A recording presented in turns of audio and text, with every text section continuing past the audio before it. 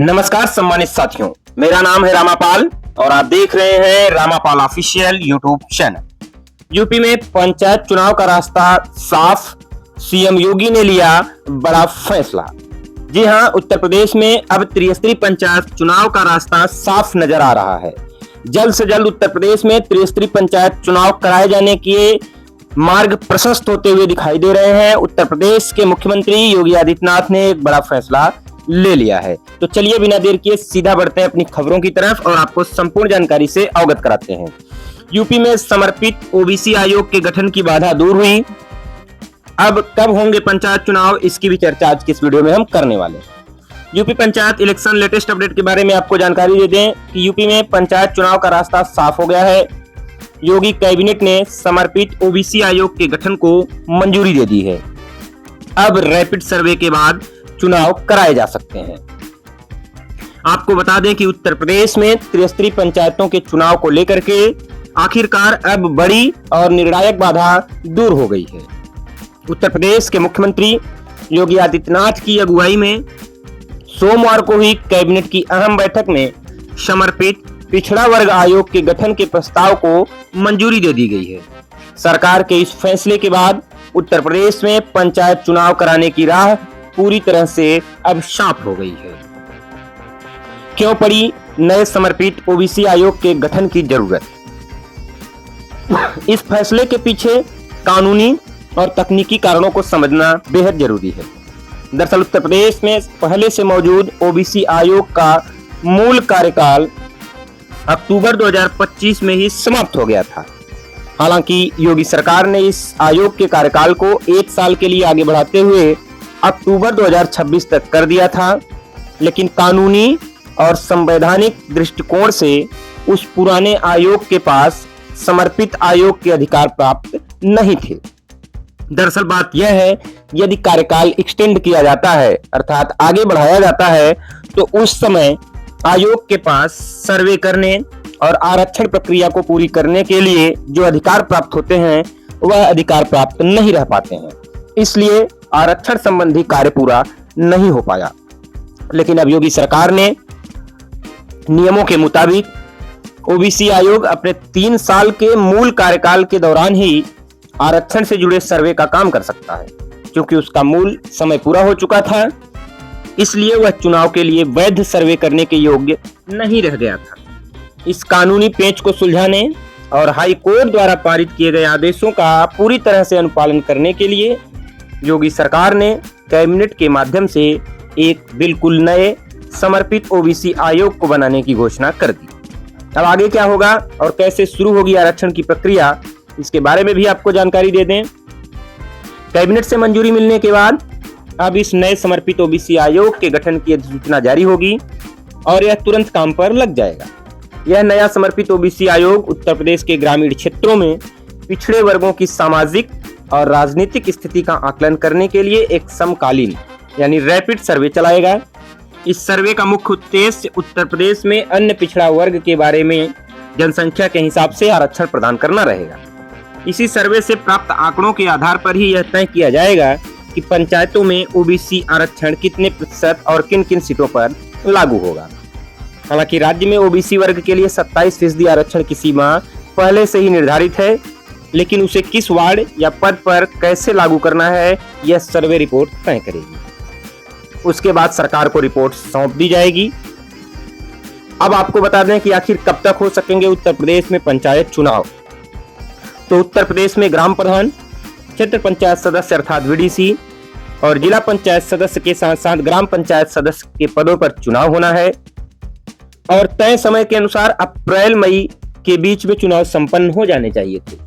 लेकिन ओबीसी आयोग की अनुपस्थिति के कारण आरक्षण की प्रक्रिया की शुरुआत ही नहीं हो पाई, जिसके चलते चुनावों में देरी हो गई। क्योंकि अब बाधा दूर हो चुकी है तो सवाल उठता है कि वोट कब डाले जाएंगे। आयोग के गठन एवं उसके बाद पूरे प्रदेश में रैपिड सर्वे कराने, डेटा जुटाने, रिपोर्ट तैयार करने और फिर सरकार द्वारा आरक्षण की लिस्ट जारी करने में तकरीबन 5 से 7 महीने का लंबा समय लग सकता है। इन सभी प्रशासनिक प्रक्रियाओं के पूरे होने के बाद जब राज्य निर्वाचन आयोग द्वारा आधिकारिक रूप से चुनाव कार्यक्रम घोषित किया जाएगा, तभी तारीखों का ऐलान संभव होगा। इस पूरी समय सीमा को देखते हुए यह प्रबल उम्मीद लगाई जा रही है कि उत्तर प्रदेश में पंचायत चुनाव अक्टूबर से लेकर नवंबर तक कराए जा सकते हैं। हालांकि अभी ओबीसी आयोग अपने काम को करने के बाद 3-4 महीने में भी अगर रिपोर्ट सौंप देता है, तब पर भी आरक्षण की प्रक्रिया और अन्य कार्यों में देरी होने के बाद चुनाव अक्टूबर-नवंबर तक ही हो पाएंगे।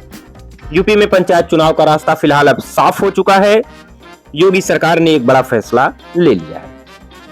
आपको बता दें कि उत्तर प्रदेश में मुख्यमंत्री योगी आदित्यनाथ की अध्यक्षता में कैबिनेट की एक बैठक हुई, जिसमें ओबीसी आयोग के गठन के साथ साथ अन्य 12 फैसलों को मंजूरी दी गई। ओबीसी आयोग गठन के फैसले से यूपी में पंचायत चुनाव की सबसे बड़ी जो बाधा आ रही थी वह अब समाप्त हो चुकी है। उत्तर प्रदेश में पंचायत चुनाव की सबसे बड़ी बाधा को दूर करने के लिए योगी सरकार ने एक बड़ा दांव चल दिया है। उत्तर प्रदेश के मुखिया योगी आदित्यनाथ की अध्यक्षता में कैबिनेट की बैठक में समर्पित ओबीसी आयोग गठन को मंजूरी दे दी गई है। सरकार के इस फैसले के बाद यूपी पंचायत चुनाव की राह में जो सबसे बड़ी अड़चन आ रही थी, अब वह समाप्त होती नजर आ रही है और चुनाव की दिशा में एक बड़ा कदम माना जा रहा है। यूपी में ओबीसी आयोग का कार्यकाल अक्टूबर 2025 में समाप्त हो गया था, जिसे योगी सरकार ने अक्टूबर 2026 तक के लिए बढ़ा दिया था। लेकिन अगर हम कानूनी रूप से बात करें तो उसके पास वे अधिकार नहीं थे जो अस्थायी समिति के पास, अस्थायी आयोग के पास होता है। ओबीसी आयोग अपने 3 साल के मूल कार्यकाल के रहते हुए ही आरक्षण का सर्वे कर सकता है।